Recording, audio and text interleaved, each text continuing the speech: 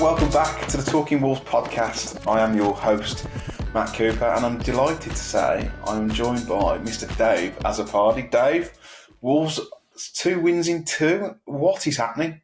I know. And now we're in the last 16. If we win that, we're in the last 8. You know what happens when you win that? Yeah, you're in the last 4. And then you win that, you're in the final. So You know, anyone's got a chance in the final. No, it's good. It's a nice feeling to get a win. I thought we didn't make life difficult for ourselves. We were a little bit slow yesterday, but yeah, it's nice to have 2 wins on the bounce, and then another tough game next weekend against Liverpool. But with how they played, yesterday, and they got a midweek fixture, who knows? So yeah, a little bit more positivity amongst the fan base, which is nice for a change. Absolutely. Have you? Before we come on to the football, what's been happening in the life of Dave Azzopardi? Anything much? I had the dentist this morning, actually. Very straightforward. Very straightforward. Summer teeth. No. I did Blackburn yesterday, but again, that just went so quick. It was a straight run on the motorway, 2 hours there. Match. Did you drive? Yeah, I drove, yeah. And 2 hours straight back. So I was home by like 5-ish, which was nice. And yeah, my birthday next week, so just gearing up for that, really. How old will you be? Right. The man never tells. I'll be 28, believe it or not. Great age. Yeah, great That's age. my favourite age. Yeah. But I'm going to Paris on my birthday, so I need to start packing and stuff this week. So. Yeah, you do. You do need to start packing. Yeah. I don't need to worry about that. Make sure you take a case as well. Yeah. Who are you going to Paris with? Is it a romantic getaway? Just the missus. Yeah, romantic getaway. Good, just the missus. Yeah. So I think my plan is out on Saturday on a little bar crawl in Wolves, very glamorous. Monday, the day before, going out for some food, probably have an Indian restaurant, Indian like a curry, and then on the Tuesday going to Paris till the Friday. So happy days. Did you know that last year there were 50,000 successful proposals in Paris? Oh yeah, that's nice to know. Yeah, It won't be happening next week. Oh Don't worry. man, that's not what the fans want to hear. I mean, if she listens to the podcast, especially like the intros, so does she? Yeah, she actually does. So it'd be a risk for me to say either way. Ooh, so there's a possibility. No, come on, mate. You got to keep them guessing. You got to keep it up. I've only ever been to Paris once as a kid, but yeah, I went. I think it's been 20 years since I went to Disneyland, but I've never done the actual city itself. I'm probably going to offend Parisian listeners, but all I can remember is it being a shithole. But my mate went a few months ago, and he said it's absolutely stunning. So I think perhaps I need to see it as an adult to really appreciate it. Yeah, I've had mixed. I've heard mixed things as well. So yeah, but Lauren's been in loads of times, so she's picked out loads of stuff to do. And then she goes, "Do you want to do the tour of the football stadium?" I was like, "Nah, you're right." But she knows where my priorities normally lie. So exactly, and that's a 18-carat ring. No thanks. Are you going to go up the Eiffel Tower? I don't know. I don't know. Maybe, but that's the spot, mate. I chickened out of the Eiffel Tower. I'm petrified of heights. So I think I was in year 5 when we went, which is obviously pretty young, but I couldn't go up there. Yeah, we'll see. My match preview for the Bournemouth game, which is obviously after the Liverpool game, I'll probably do maybe with the Eiffel Tower in the background. That'd be nice. We'll see. Yeah. What about you? Anything going on? No, not really. Not really. I booked a holiday. I'm going to Dubai end of May, which will be nice. Oh, gosh. Yeah. Managed to get a fairly decent deal. I've never been, but Missus has got a mate who lives out there. I've got a mate, so we said we'd go and see them and obviously have a break. And I'm hopeful of going to Malaga, Cheltenham week. So do try and go to Cheltenham if I can. But a couple of years ago, I was in Portugal while it was on. And it was like 21 degrees. Everyone was in the bars watching it, and I thought it's genuinely cheaper to go over there. Like if you were then going to Cheltenham for the week, so I'm going to go. Hopefully, go to Malaga. There's a villa of like 10 lads going, but I'm not stopping with them because it's a recipe for disaster. I'm hopeful that my mate's going to pull through and say he can come because his missus is giving him loads of stick. He's an Albion fan, so he won't be listening to this. But it is hard, mate. You have to get sign off these days, don't you? You need to put a request in for your annual leave. I've got 2 stag do's in May as well, and a stag do is like it's almost like you can't say no, really. You can't. You obviously got to be careful. Got to get the brownie points in beforehand. Where are your two stag do's? The first one's the Otley Run in Leeds, which I've never done before, but I know that there's about 15 lads going to that. Still decided on the because you got to dress up. Like I thought WWE characters was an absolute tap-in, but these they're a bit edgy. You know, they like to try and push the boundaries a bit. So so they want to dress the stag up as Donald Trump, and we all dressed up as Mexicans, which is just so I don't know. I think the old Kurt Zuma and Cat one came out. I thought, I would love to have dressed up as, I don't know, Devon Dudley or something like that, you know what I mean? But, I don't think that's going to work, mate.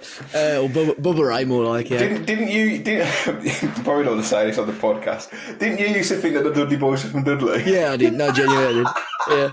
There's one better than that. So, you got the Dudley boys. Yeah. And, but, this was, I was playing, on PS2 or PS1, and you just got the Dudley boys. I didn't know how they sounded or anything at the time. So, oh my God. Ray, wasn't it? Yeah. And then even better was Celebrity Big Brother in the 2000s. They had Coolio, Gangster's Paradise. He came on, and he said he was from Compton. I was like, fucking hell, he lives around the corner. I was like, stupid, fair play.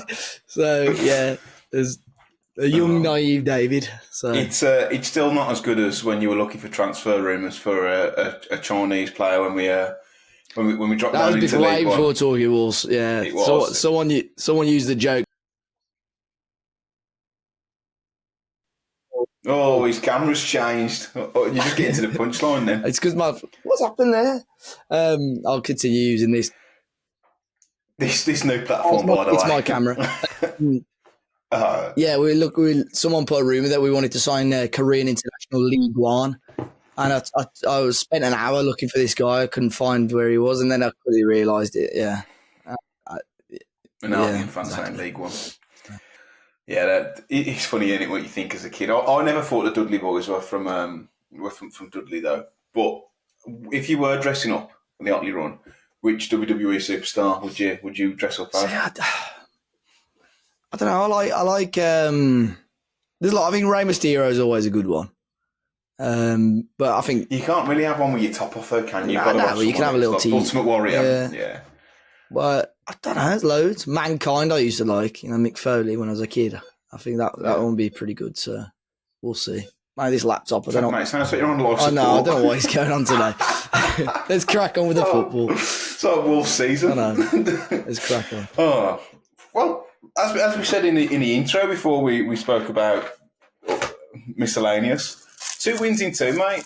I thought it was a nervy start. I feel like we got away with one with a goal. It looked onside to me, which is kind of 2 weeks in 2 where we've had a favourable decision go against us. So something has obviously changed in the universe. But I think once we got that goal, mate, it was it just settled them, and it was strolling apart towards the end. Yeah, I think so. I think as well their goal I thought was because I was sort of on the left hand side where the lino flagged, and I couldn't see what he flagged for. I thought we got off, quite lucky with that.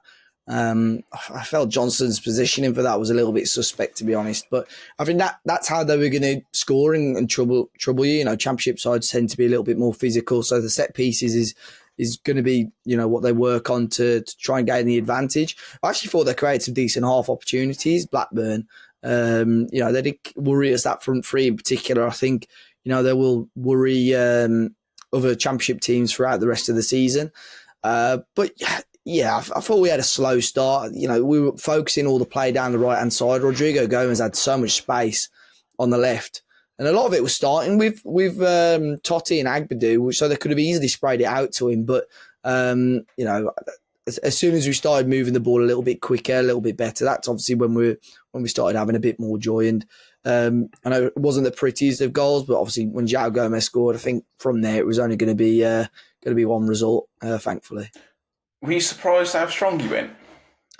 Yes and no. I think because of how strong he went against Bristol City, I thought, yeah, he's going to go strong again. Maybe not as strong as including the likes of Cunha and co.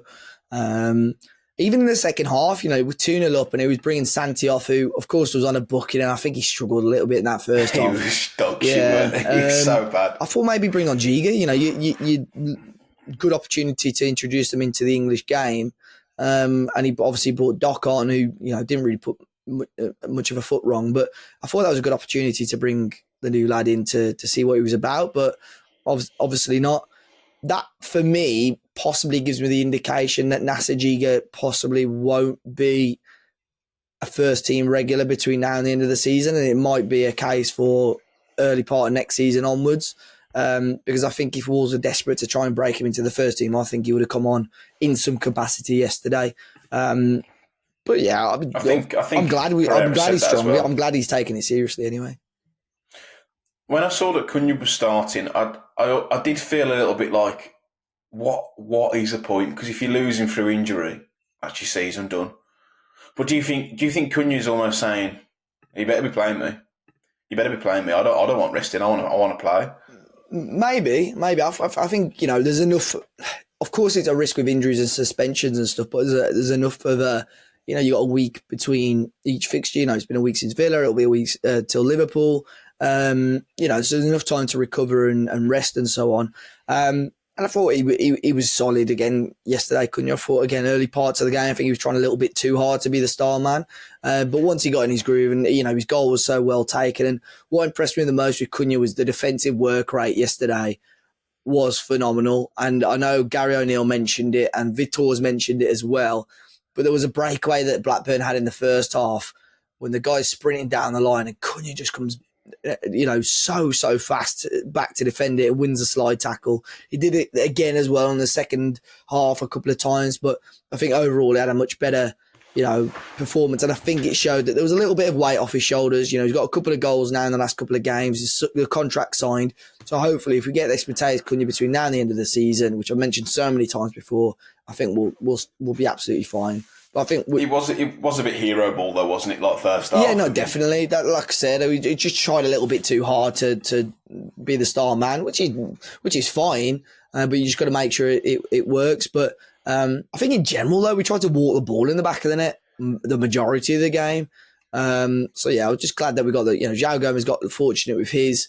But the Cunha goal was brilliant. It was so well worked. Great ball by Semedo, and it's a top finish. I always back Cunha. That he always seems to hit the ball really sweetly at the angle. But yeah, it's a really nice finish. When he first joined, he felt like his finishing was pretty poor, and like his ball striking, like it didn't feel natural. But he seems to have really worked, and that, like he said, that almost like whip away from goal. Yeah. He loves that, doesn't he? That's like his signature. It was similar to the Villa goal, wasn't it, really, in terms of where... And the Leicester goal. Yeah, exactly, where he's placed and, the finish. So he tried the old Olympico a couple of times, didn't he, on the corners again. I think it may be a tactic that you surround the goalkeeper and cause havoc by whipping it in, but, goals like that, like he scored against Manchester United, you're not going to score every week. So I think it's one of those that maybe give that a rest for a few games and maybe revisit it later on in the season. Seen a lot of clubs try it though. I think it's interesting now that because of VAR, maybe referees aren't going to protect goalkeepers as much as they used to, and wait for the ball maybe to be in the back of the net and allow VAR to make a decision. But look, if it works, then great. But when you're hitting the side netting off a corner, it's a little bit frustrating, if I'm honest. Just before we go on to goals and players and whatnot. Carlos Forbes, unused substitution. Mm-hmm. Obviously, tried to potentially move him on in January, but couldn't find a replacement or come to an agreement with Ajax about them giving us a bit of dough back. It's pretty obvious that he's not in the plans for this season and next, isn't it? Because Juan came off. He didn't get any minutes from the start. Didn't get any minutes towards the end. For me, just. That's if he's going to get minutes, it's the games like that. Yeah, for sure. And I felt it would have been a good opportunity at 2-0. Juan comes off injured for him to come on and play, especially second half. As you know, Blackburn are probably going to have to attack us a bit more and get a bit higher, and then Forbes can get him behind. We got him behind a few times. It was could have easily been a 3 or 4-0 game, I think, but. Yeah, I do feel for him because he's a young lad. His development is obviously going to have stunted, over the last 6 to 9 months. But ultimately, as fans, yes, we're desperate to see players play. But if Gary O'Neill didn't fancy him, I don't know, people may not rate Gary O'Neill, but whatever. If one head coach doesn't fancy him and a second head coach doesn't fancy him, I think that probably says a lot for what's going on. He's just obviously not good enough. So I do feel sorry for him. I've wanted it to obviously work, but if he's not getting a kick or getting a chance in games like yesterday, I just can't see him being a player long term for Wolves, unfortunately. No, I think he comes under those bracket of signings where you can just write them off, can't you? I think there's been like Rodrigo Gomez has shown glimpses as well, and I thought was good again. But again, players, as you said, just aren't ready to come in and strengthen the 11. Now you could argue that Gomez has shown that he has that quality, but I think that's probably more to do with how shit we've been rather than like his quality. But one player I want to talk about, and you know they're good when they start to, every time we play a team, they say, bloody hell, the fans saying he's quality. Agbadou, mate. Whoa. Yeah. I tell you what, when I watched him versus Bristol City, I thought, great, another bomb scare centre-half. That's exactly what we need. I'm holding my hands up now. As things stand, I was wrong about that. He's been unbelievable. Yeah. By the way, for people watching on YouTube, I can't change my camera back, so you've got to get used to this little hostage video quality going on. Manetti is, he's an interesting one. I think it's Agbadou. Agbadou, sorry. I was messing with my camera. That's why I was. Agbadou. For sure. I think looking against Championship opposition, maybe you can. You have to look past it a little bit, but in regards to he's backed that up in the Premier League as well. But yesterday, he's just unbelievable. His composure on the ball as well. His quality of passing yesterday I thought was a lot better as well. But just a man mountain. I just think it's crazy that at this stage he was overlooked by a number of clubs, as if he wasn't a player that teams and scouts and journalists have been talking about, clubs looking at, because he's coming in and I think he's been fantastic for us, and he's going to be a huge part, I think, of our battle for survival in the Premier League. But again, yesterday, bang on. I think that central role suits him a lot better. I think he's wasted a little bit on the left, but still, I think with Totti coming back in, I thought Totti was great as well. But overall, it's the beard. Since he's had that beard, mate, he looks... Not to use stereotypes, he's like prime Rudiger now. Rudiger's got that beard as well. He's like absolute beast. He's been class since he's come back in. Again, it just shows how your opinions can change very quickly on players when they come into a bit of form. We're all reactionary, we're all fickle, but even people at Wolves have said that they're concerned that Totti can't trap a football or kick a football. But then he goes on like a 70-yard run. That was good. Yeah, I thought he was solid. I think 4 games under Vitor Pereira, 4 clean sheets. So, he's doing the business so far, doing really well. What? He live support's back on. Yeah, how's your heart rate? Oh, man, this laptop is... Oh, God. I don't know what's going on here. Brilliant. What I did like about Agbadou as well, when they brought that... is it Gay, the centre-forward, who's an absolute unit... Agbadou relished that. He was getting right stuck in with him, giving him... It was a good battle, to be fair, but we've needed that aggression for so long as a centre-half. And yes, he's going to make mistakes, but he's been a real good addition. So credit to Wolves for getting him in, because he looks like a steal. Like when we played the Villa fans saying he looks a right player, Blackburn fans saying yesterday he looks a right player, Arsenal fans saying it It's pretty obvious that we've managed to land on a bit of a gem. It reminds me a little bit of Bolly in terms of when he won the Championship. It's almost like half-arsed because it's that easy for him. Yeah, defending especially in duels. But he's pirouetting out of duels and coming away with the ball. And it's you're 6'5". Yeah, his ability on the ball and his composure on the ball is very good. I think that's what Wolves have needed, but he adds to that. Yes, you want a ball-playing defender, but you also want someone who's aggressive in the tackle, good aerially, and I think he's got it all, to be fair. He's really, really well suited to what we've needed. Another top performance from him yesterday. So he's going to become a fan favourite very quickly. I think a lot of fans love him already, but he's going to continue to grow on a lot of fans, I think. And Sunday will be a good test for him, I think. Liverpool... against a big team like that, let's see what he can do, because if he can perform like the way that he's shown so far, it could be a massive difference between us getting points on the board and not. Yeah, I mean, obviously, with world class defenders on the pitch, weren't there? With Agbadun, and there's also Van Dijk who'll be playing as well. So it's I've said it on the stream we did the other day. It reminds me a little bit of Van Dijk in the way that players won't go up against him, they'll peel off to someone else. I know people were laughing about that, but obviously I don't mean he's as good as Van Dijk, but almost that where players know they're so good in the duel that they just don't fancy it. Yeah. You can see that with a lot of Liverpool attackers as well. Like, I don't know who they'll start in the front three, but I think there'll be a few of those where, the ball comes up to Agbadou and they'll probably shy out of the 50-50. So we'll see. Yeah, no, I thought he was excellent. Totti as well. Santiago Bueno though, he had a bit of a tough time, didn't he?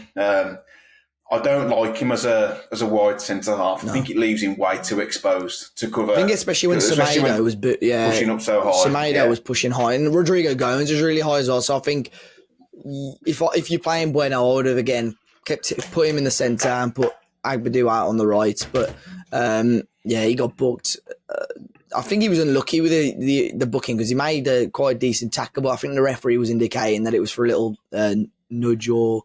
He pulled him back, and then he made a tackle that weren't a foul. So that's what the referee gave the booking for. But he struggled. But Doc seemed to be a little bit better. But I think in general we played a little bit safer in the second half anyway, so it probably helped Doc's cause a little bit when he came on. But like I said, I would have been intrigued and interested to see why Giga didn't come on at half time, because I think that would have been a good chance for him on the right hand side. Yeah, I think from what Liam Keane said, he's definitely one for the first team, but not someone they're going to chuck in straight away. Yeah, well, I suppose as well he came in quite late, so I don't think he turned up to Compton until like Thursday. So, in terms of sharpness as well, it may not 100% be there, but yeah, I think he's probably going to be an option for next season onwards more often. I know he's played Champions League as well, but I think the reason he's with Agbadou is he's playing top flight French football, which is very physical, same as the Premier League, whereas Giga, playing Champions League, but the Serbian league isn't as good as the Prem, so they're just kind of easing him in rather than chucking him in, which I suppose makes sense. And Doc's been okay as that right centre half, hasn't he? So I just wouldn't put Santiago Bueno there because it does cover that large area of the pitch, almost like a bit of a channel defender. Just he hasn't got the physical profile to do that, and obviously Gary O'Neill said that and got lambasted, but that's one thing I did agree with him on.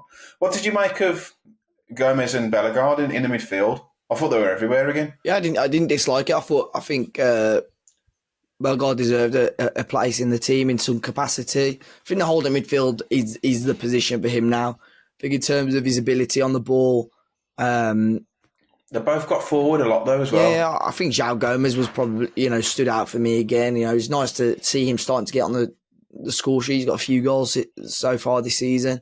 He looked like he was everywhere as well. I think it was good. And I think now I know with Simonetti we'll come on to, but now we've found a place for Jean-Luc Bellegarde. I think there's some good options in the team.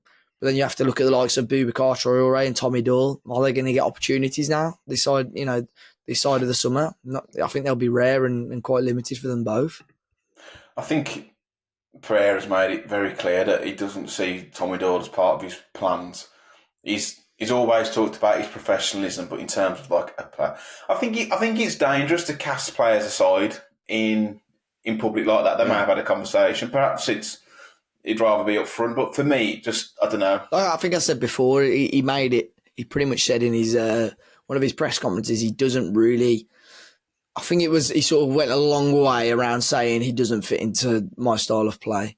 Because I think we know that he likes to play with almost like 2 6s, and he thinks Tommy Doyle's more of an 8 or a 10. So it's just one of those. When we had it a number of times, I think Morgan Gibbs-White under Nuno was one. He was a 10, but we just very, very rarely played with that sort of player and system, and that's why ultimately he had his loan moves and was very rarely a solid first teamer. But it'll be interesting to see what happens with him in the summer. I think a loan move probably depending on obviously if Vitor's still here. I'm only saying that because of obviously, we may still get relegated, and you look at his CV, he doesn't tend to stick around for long. But I think a loan move in the summer for Tommy Doyle is probably going to be likely.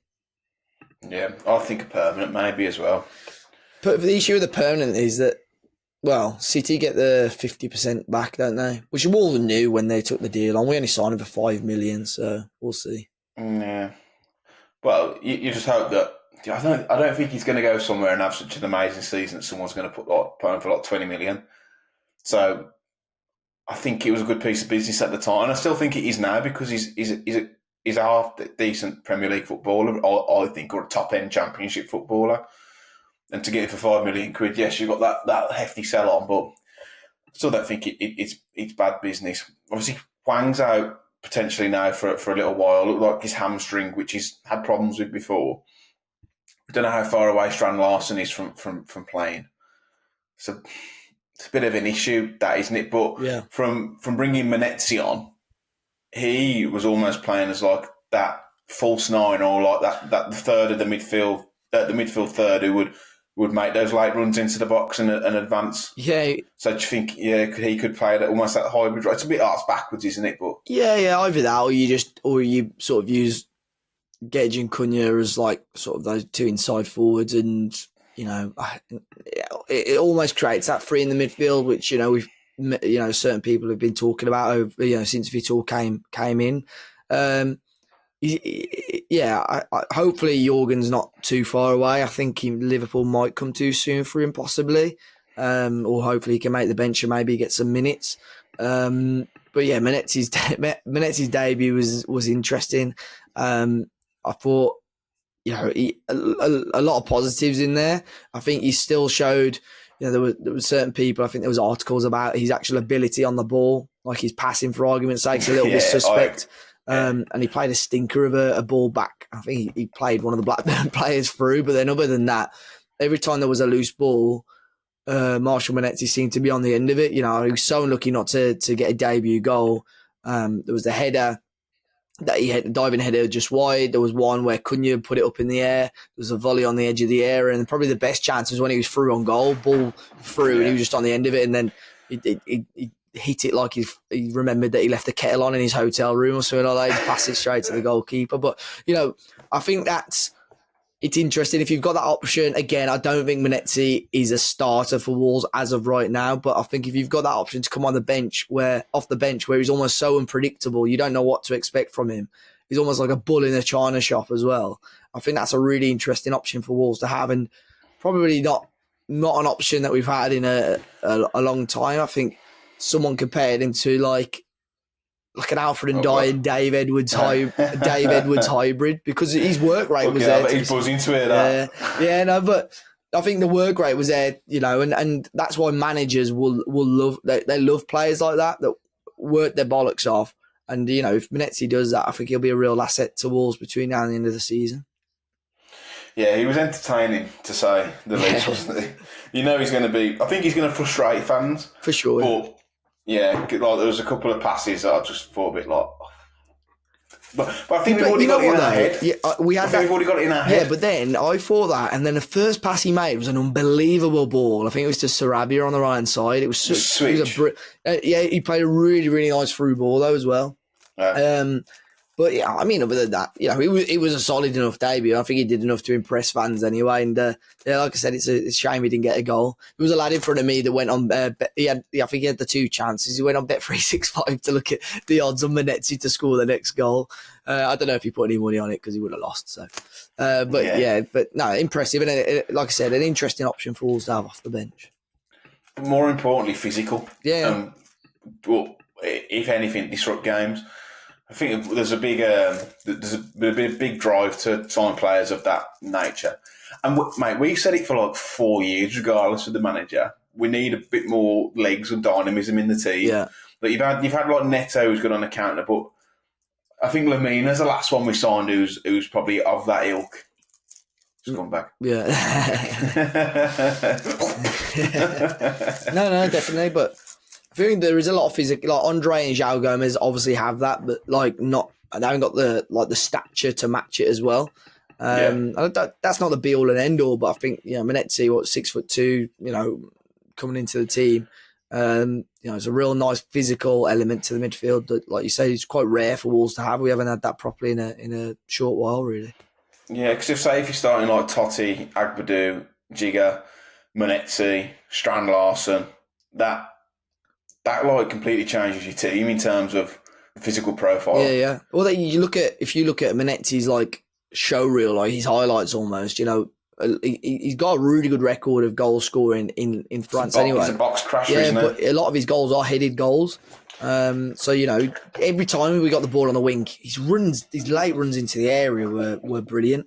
I think you probably can only afford for him to do that if you're playing him in the midfield three. I think if you've got him coming in late like that in the midfield two, it's a little bit of a risk. But no, I was impressed. People think it's easy though. That timing is a real skill. Yeah. To come in untrapped. Donk used to be quite good at it, I thought. That third run. Yeah, no, definitely. And we have missed that, but yeah, the positive signs, albeit against Blackburn, who are doing well in the Championship. John Eustace is going to Derby. Yeah. Well, that's strange. I think twofold. I think Derby can possibly offer a bit more money, but he's working with the Venkies as well, isn't he? So I don't know what. I mean, he's not been there too long, but yeah, it'll be interesting. That's why I thought, because I saw the rumours on Saturday night, and I was interested to see if he was going to be there. Obviously, he was there yesterday, but if that would have any sort of, borrowing on the result, but yeah, interesting. He's well thought of in the Championship, obviously. So I mean, we were linked with him, weren't we, to replace Gary O'Neill? Yep, Andy Albion. Yeah. So. With anyone from Blackburn who you thought looked decent? Is it Carbo, the winger? So.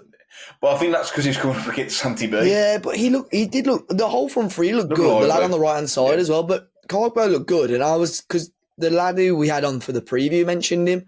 And he's like, we signed him from like a really like obscure. They're signing from Serie B in Italy. And I thought, mate, like I was looking into him. I thought because if he's like 18, 19, 20, and you signed him from the second division of Italy, so this could be one hell of a piece of scouting. But he's like 25, 26. So I was like, I mean, it's still great. Look, he looked a bright sign, and that's a really niche market to shop in. But he looked quite bright. Other than that, I think, like I said, the other winger looked okay.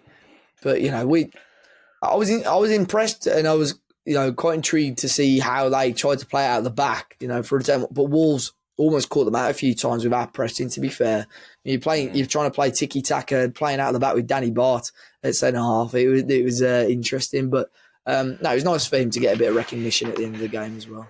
The pitch looked poor as well. Yeah, I know. Obviously, it's the time of the year, but it did. I was watching it on the telly. You thought everything's just bobbling all over the place. So it is. I know it's difficult for both teams, but when you're used to snooker tables, I know it's only a division below, but yeah, then the Plymouth pitch looked a lot better. But yeah, I saw the video, Danny Bart coming over at the end.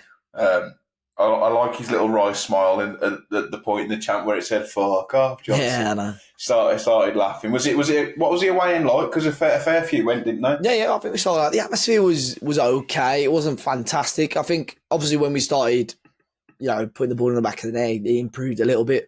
I think the best bit was the Blackburn fans though, because I mean, I don't know if you saw the attendance was poor. I think it was only about 15,000. Obviously, Wolves took close to 5. God, there were some strange characters in that Blackburn end. So they scored the away goal, and then the first goal, the offside goal, sorry. And there was this group of lads, probably about 14, 15, and the one lad was giving it proper bigging. So the Wolves fans started giving it him back. And I remember they had 2 tiers on the left hand side. There was a kid swearing, giving you the finger, and he must have been about 7 or 8. Looked like Luke Littler. Look about 8-year-old kid. And he didn't pipe up again for the rest of the game. But this one lad in the lower tier, he got told off after about the 40th minute. And he sat down and he looked like he was about to cry, and he didn't look at the Wolves fans again for the rest of the game. But then in the second half, this little kid, got to be like 6 or 7, has to be, in a red hoodie, keeps coming over to the Wolves fans. He was sat by the tunnel in the middle of the pitch, and he kept coming over to the Wolves fans and, just swearing and everything. So everyone was proper winding him up. Looked a bit like, the Rizzler, the Costco guys. 5 big booms. Yeah. He looked like that, but everyone was loving it. And then all of a sudden, the last 10 minutes, there was some Council of the State final boss man that came out and started supporting him.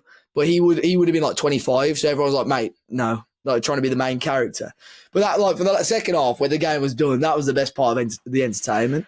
I did see it on your Instagram story. Someone come and collect their son. Yeah, he was funny, to be fair. So, someone said it like me about 5 years ago. I was like, thank you. I thought that. Oh, brilliant. Thank you. No, he's all in good spirits. Yeah, no, he was loving it, this kid. But I've gone on Twitter and Instagram, the amount of people that have like taken photos of him, it was brilliant. So that was probably the most entertaining part of the match, to be honest. Yeah, it was good to see Bart get a nice reception at the end as well, because I know that he basically got forced out, didn't he? So yeah, but I think he's done well for himself as well, because obviously he was playing League One with Sunderland. You know, he's had a couple of. But we linked with him. Danny Bart. No, League One. Oh no. Yeah, so he's done all right for himself, and apparently he's been one of their better players this season as well. When did he think with Solihull Moors in the summer? Yeah, and then we tweeted it like off a source. I think Liam Keane posted, didn't he? And we tweeted it and he DM'd just asking us to delete it. He was like, it's completely false. Yeah, but you'd be pissed off, wouldn't you? I'm pretty sure that he's messaged like other journos before after giving them like shit player ratings. Probably. I don't know. I think it might have been Tim Spears after the Villa game, and then we lost like 4-1 at Villa Park. Oh, yeah. I think one of the, not with him specifically, not with Danny Bart, but I think I'd assume he's still with the same partner. He had a partner that made the massive mistake of arguing with Wolves fans. And I think that didn't help his/her cause either, to be honest. Because as soon as your missus gets involved, of course you like your other half being supported, but as soon as your missus gets involved on the social media, it's asking for trouble, really. Yeah. No, it's good to see him get the reception he deserves, I think. So yeah, mate, a good win away into the draw for the next round. Who do you want from the draw? It's going to be Newcastle away, obviously, but who would you actually like? I just want someone lower league again. I don't know. Obviously, there's the opportunity for an upset, but I think we just need the best chance possible to win, get into the next round. I still feel. I think now Liverpool are out. I think it's there for the taking. Obviously, City, Man United, they're still good teams. I think Villa, probably one to watch. But I look at those and I think we've beaten United under Vitor. We've beaten Villa under Vitor. I know both teams are sort of strengthened to a degree and probably going to be in better places if we come on to face them. But I just want a lower league opposition. Try and get as far as we can. I think as soon as you're at Wembley, it's anyone's game. Yeah, I would. There's still a lot of Championship teams in there. There's a lot of Premier League teams that have been knocked out. So, would you want a home draw or an away draw? I'm not bothered either way. I think home you probably look a little bit better. You got probably a better opportunity, but we'll see. Let's see. I think FA Cup fifth round. Let's see who's it's fifth rounder, isn't it? Yeah, fifth round now. Yeah, last 16. I've just got Birmingham Live website up, so give me an hour. United, Millwall. So I'd take Millwall away. Preston North End away again. Same similar area. 5,000 away fans. I've done Preston, yeah. Definitely do that. Yeah. Exeter or Nottingham Forest, no chance. Is that tonight? Fulham, no. Yeah. Plymouth. Yeah. So I don't think we get a ticket anyway. Bournemouth. Yeah, well, I play them at home. I'm not bothered about it away. I play them at home. Cardiff City away, I do. Yeah, last time I went there.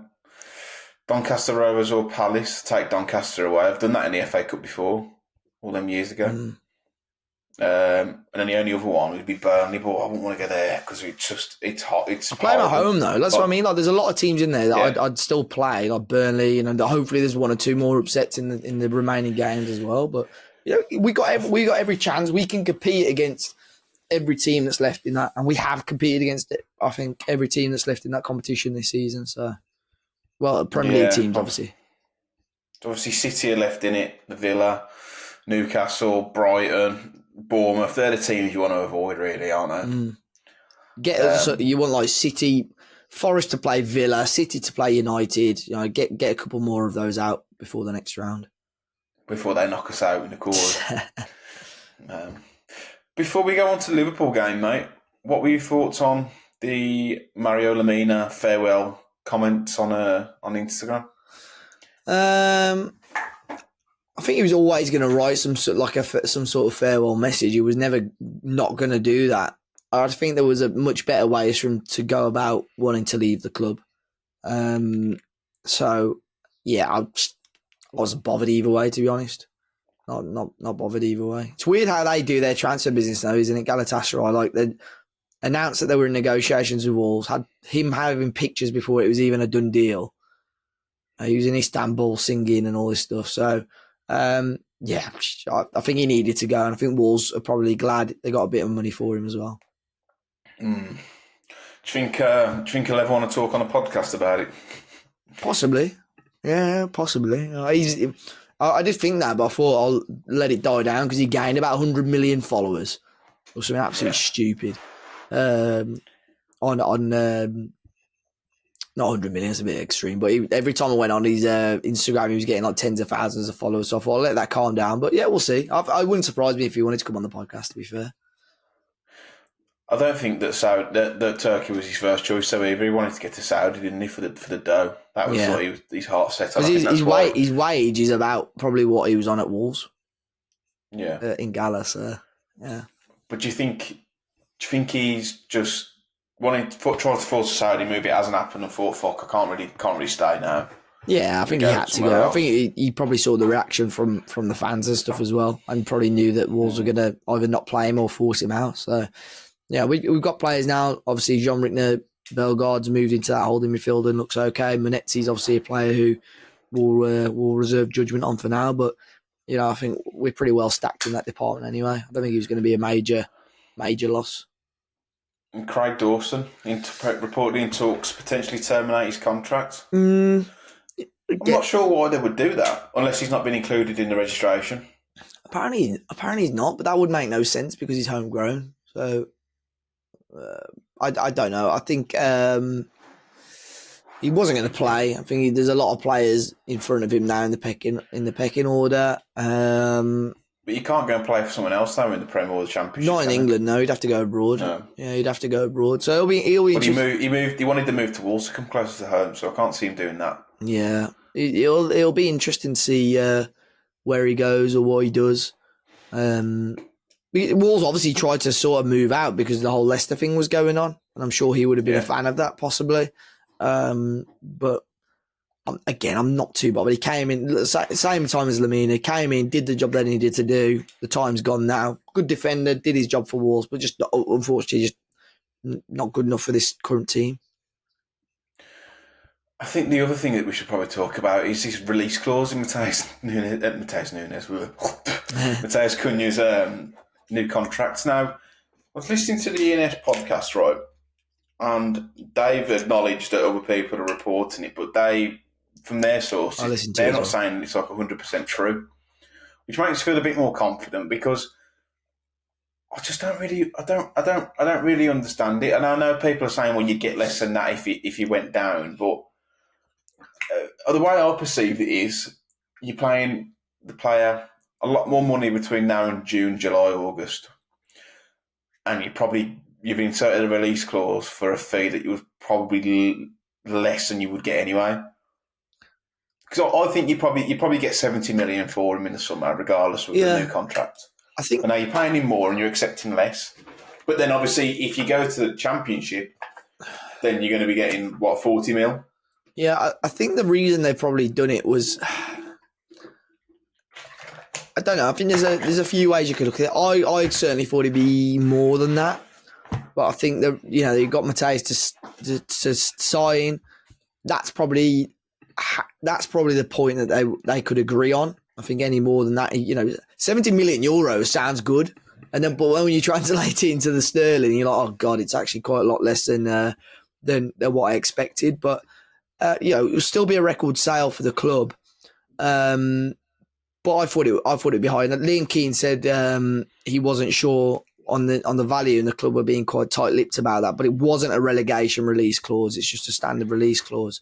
But then after the podcast is when John Percy came out with it. Now I think it was the Mail posted that release clause first, and that's why I didn't really believe exactly what was coming from them.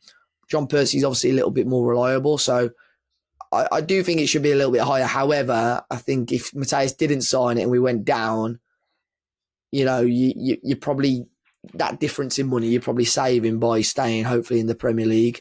So I don't know. I just thought it would be a little bit higher and Wolves to give their security. And then there were people tweeting me saying, "Oh yeah, well it'll invite a bidding war." That's not how it works. A minimum fee release clause is that you again, the flip side is that someone will have to pay that 62 million up front, which is massive for Wolves and PSR and being able to move forward in the market. That's great. Someone could come in with installments and of course get that price up, but a bidding war is very unlikely to happen because if that's the minimum fee. If someone pays 62.5 million, whether you're Millwall or Al Ittihad, you've got the permission to speak to Matthias Cunha, and then ultimately it's down to him to decide. Yeah, there is that, because not many, unless you're Saudi, I don't think you're coming in and putting 62.5 million quid on the table in cold hard cash. They'll want to pay over instalments because I know that PSR is changing, but that you would like to think that you would probably get 70 million for him if paid in instalments. So we'll see. It doesn't really sit well with me. It's like, well, you're keeping the player happy. It stops him down in tools. Like, it shouldn't even be a fucking conversation. Yeah, no, I agree. It doesn't. I don't like the whole theatrics around the on a concrete, because it just feels like, again, that we're being done a favour by someone, and perhaps we are. But even in like the interview we did when he was signing the contract, he's talking about basically the club not standing in his way, like we keep them up and then we see it. So like, hold on a second. Yeah, I think it's pretty obvious. I know we're all thinking it, but it feels a bit odd to me. I think it's just the football now, player power, agent power. It's just a part and parcel of it. I think his agent will speak to any fucker who listens as well. Yeah. It'll be an interesting summer for sure, because we had this with Neves. Obviously not as public with Ruben Neves, but he ended up staying. So it'll be interesting to see what happens with Matthias, and I don't think he'll stay. Well, who knows? In a hypothetical dreamland, we win the FA Cup and you're in European competition. I think he'll stay then, won't he? Because we're in Europe, surely. But I mean, that's a serious stretch. We'll see. But yeah, I'm intrigued because I would like to see which sort of team he goes to. I just can't really see him playing for anybody else in the Premier League, if I'm honest. I can see him at Arsenal, but I think they might look elsewhere. I see him at United inquired about him in the summer, apparently. I know they're a mess. United are massive, so you go there, but I just can't. You see him at Neto struggling at Chelsea to make the impact that he was having at Wolves. I don't know. I don't know. I can't see where he lies. I don't think you get the freedom to play how he wants to in other teams either. No, he gets away with it a bit. Especially like an Arsenal. They're very structured, aren't they? They're very rigid, especially out of possession. So we shall see. But yeah, I just find it a bit odd. But I think there's pros and cons to release clause, as we've just discussed then. But I think on the surface it felt a little low. But for those other caveats, perhaps it is okay business. But we shall see. Liverpool on Sunday, going to be a tough game, isn't it? Do you think we could get a result? Why not? I mean, Anfield's been a very, very difficult place for cities, especially in the Premier League. Look, they've been good in the league, but I just feel they've not been at their very, very best in recent times. Obviously, the defeat, although it was a rotated team, a defeat against Plymouth. But I don't know. They play midweek as well. Are you going to have that little bit of tiredness, or maybe even rotation against Wolves next week? Who knows? But I don't know. I do fancy that we can maybe nick something. There's a little bit more positivity about Wolves at the moment as well. Yeah, it's amazing what 2 wins does. I think once we get the Liverpool fixture out of the way, is the run a little bit more favourable for us? I'm just having a look now. So maybe, yeah, a bit more favourable. Yeah, Bournemouth at home, which is obviously, Bournemouth away, which is a real tough place to go at the minute. But then you got Fulham at home, Everton at home, Southampton at home, Southampton away, West Ham at home, Ipswich at home, Ipswich away. What is wrong with me? Spurs at home, which is 3 points. So it won't be long before we're like in April, end of May, start of May. Mm. So It's that run, you really better, have to... the better fixtures for sure. Bournemouth's very difficult, I think, with how well they're playing. But, look at that run, especially games at home. They're such a crucial period, that is. Especially the games against the likes of Ipswich and stuff like that. So, yeah. I think if you beat Southampton and beat Ipswich, they're the two that you need to target as you must win. But Southampton beat Ipswich the other day, didn't they?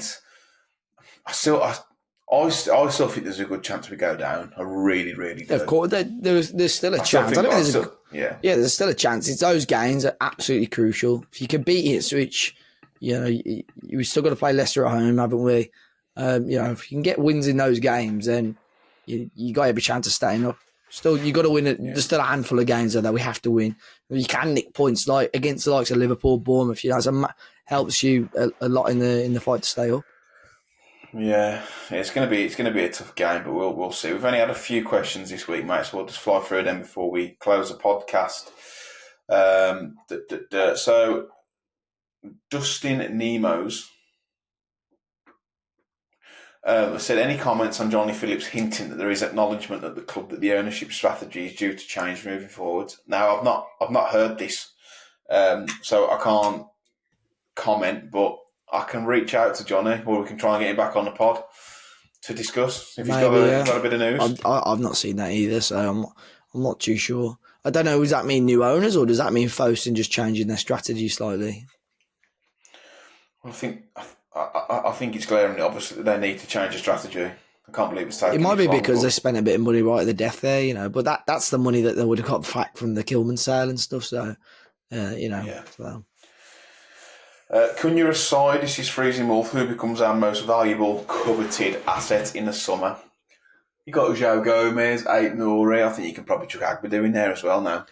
I think João Gomez is probably the most likely. I think that's maybe why they'd signed Andre originally, as maybe a replacement for him. But yeah, Ait-Nouri is another one as well. Always seems to be rumours about him. I think left back is going to be a position that a couple of teams look to strengthen as well in the summer. I think that's his agent doing a lot of that, though. Yeah. Well, yeah. I don't know. Yeah, I think João Gomez is probably a favourite. And he's also asked, can we just agree that Wolves are a 3/5 at the back team, unless we break the cycle of abysmal summer recruitment strategy, flirting relegation, sacking managers, and trying to desperately recover the situation in Jan. At least I brought a coach in now who is almost experienced in playing that 3 and a 5, because it's obvious that that's the best way for us to solidify ourselves defensively. Yeah. I'd like to move away from it in the future, but for now, I think with the current playing squad as well, you have to have a massive shift. I think it's just been so unorganised, and when they've tried to do it, and it's just been the wrong place, wrong time. Bruno Lage tried it, but by doing that, you froze out our club captain and someone who had real leadership. Gary O'Neill tried it, but kept chopping and changing as well. So I think they need a really structured pre-season, and I don't know. If you're going to want to move from a back 5 to a back 4, you almost need Semedo to move on, Ait-Nouri to move on. Any other centre backs that have been playing in Totti for argument's sake as well would have to move on. I think it's probably going to be a short while before you can move everybody on, and you've basically got a fresh back 4 that have never played the back 5 system at Wolves. Because for me, it just feels whenever we play it, players are used to and have excelled in playing a back 5. But at the moment, I won't speak too soon, but it seems to be going okay under Vitor. Seems to be having a little bit more joy out of it at the moment. Just on TalkSport last week, Simon Jordan said he'd caught up with Gary O'Neill and had explained that there's some real difficult characters behind the scenes, including Mario Lemina. Without saying it, he said that. To be honest, I think it's already what we knew, isn't it? I think he alluded to somebody else as well, didn't he? Probably Cunha. I think it was Cunha, yeah. But which we've said anyway. Yeah. But it's all right, mate. It's all right, mate. On the right. We're recording, yeah. Yeah. You want me to go again? Yeah, you can do now. I'll wrap it up. Yeah, I'll be intrigued to see what level Gary O'Neill returns that as well in terms of like quality. I mean, he was linked with a couple of championship jobs. He was linked with the Bolton job in League One as well. But yeah, I think obviously a very good coach, but the world always seems to be against him, doesn't it? So we'll see what happens. We shall, mate. And we'll see what happens at Anfield on Sunday. Expecting a real difficult game, but we shall see. If you enjoyed it, mate, if you're new here, please drop a like or a subscribe on YouTube. If you're listening on Apple Podcasts or Spotify, please leave us a 5-star review. And until next time, have a wonderful week. Take care. And up the ball.